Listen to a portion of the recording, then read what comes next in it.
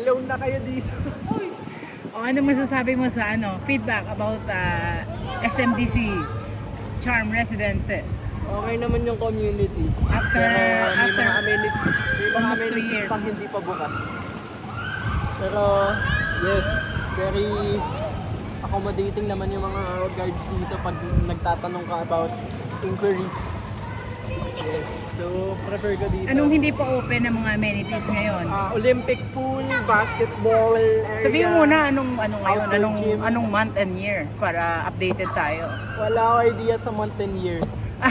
Kasi tentative pa. Tentative pa since ongoing on construction sa Tower F, pati Oo. Tower C, which is dun sa main entrance, malapit sa main entrance. And then, ayun, nakuha namin to at a very low price during the pandemic era. So, nice timing kami dito, pero I guess Gaano katagal yung waiting time bago ma-turnover? maybe give yourself 6 to 12 months bago ma-turn over sa inyo yung unit. Even though fully furnished na yung unit, still kailangan nila i-check yung mga water leaks, floor, tiles, lahat dapat gumagana. Kaya usually inaayos mo yun ng engineer. So it took us 6 to 12 months bago kami makapag-move in. Kaya yes, medyo matagal nga lang siya. Magkano selling price ngayon as of Selling price ngayon 2026? usually nasa 4.5 and above na.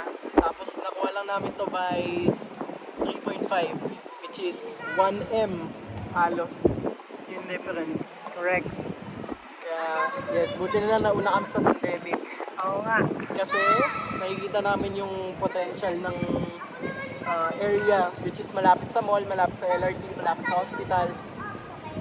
Boundary siya ng Cainta, Pasig, Taytay, everywhere in Tikling and Sumulong. So, napaka-powerful ng area na to. Kaya, recommended to para sa mga usually para sa mga Airbnb, sa mga gusto mag-staycation since malapit talaga yung mall. About school? Yung school naman, usually Ateneo, which is where I'm studying. Malapit siya sa LRT. So, easy commute to Recto, all the way to Antipolo. So, yun. Very accessible talaga yung mga places na pupuntahan nyo, especially when you're using the LRT. Kaya, yes. Very good. Alright. Thanks for sharing your Thanks for experience. Out for now. Bye-bye!